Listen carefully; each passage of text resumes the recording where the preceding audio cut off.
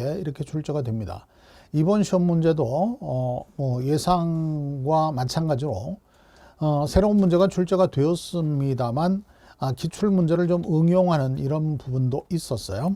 그래서 시공실무 17개에서 18문항이 출제가 됐는데 응용하는 문제가 2문제 8점 이렇게 출제가 됐고, 완전히 새롭게 출제가 됐었던 문제가 3문제 10점. 그래서 응용이라든지 새로운 문제가 5문제 18점 이렇게 출제가 됐는데 오히려 더 쉬워졌죠.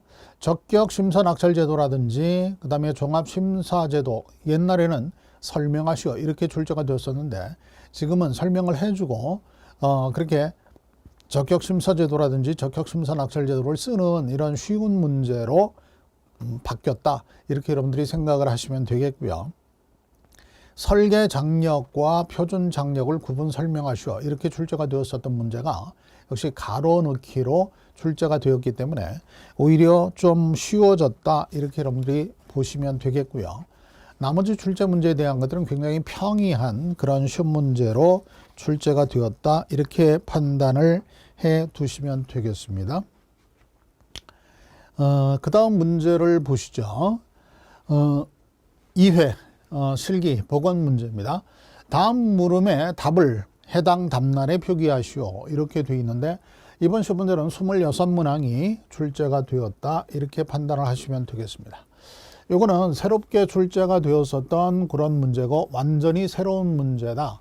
다만 답으로 채택될 수 있는 그런 부분들이 한 10가지 이상은 이렇게 되기 때문에 채점을 할 때 좀 골치 아픈 이런 문제에 해당이 될 수 있겠어요. 그리고 질문하신 내용을 이렇게 보니까 이렇게 정답 혹은 해답으로 적어놓은 이런 내용하고 똑같이 적으신 분들은 거의 없더라고요.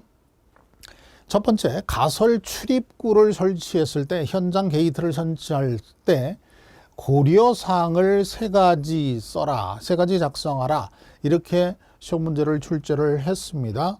새로운 문제였고요. 첫 번째, 대지 진입이 용이하고 자재 야적에 유리한 위치를 선정하는 게 좋다. 또 두 번째가 제일 중요한데, 인접도로의 차량 흐름에 영향을 적게 주는 곳에 설치한다. 꼭 이렇게 적지 않으셔도 좋죠. 교통 영향을 적게 받는 곳에 설치한다, 이렇게 간단히 답을 쓰셔도 좋겠습니다. 어떤 분들은 우리가 시험을 보고 나서 우리 홈페이지에 굉장히 질문들을 많이 하시는데 그렇게 써놓으신 분들도 있더라고요. 큰 도로에 접한다. 그게 꼭 답은 아니죠.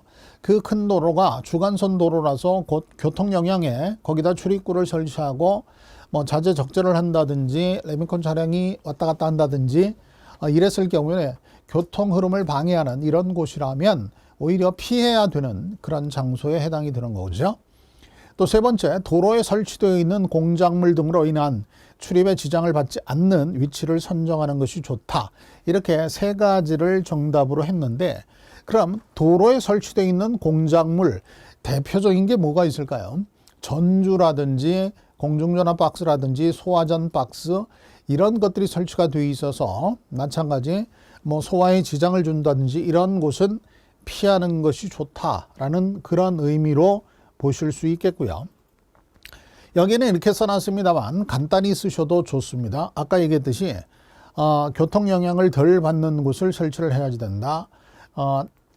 자재, 야적에 유리한 위치, 또 도로에 설치되는 공작물 등을 피한다. 이런 식으로 간단히 쓰셔도 정답 처리는 될 것 같습니다. 그런데 이것 이외에 여러 가지 정답이 있을 수 있어요. 대규모 현장은 출입구와 입구와 출구를 따로 두는 것이 좋다.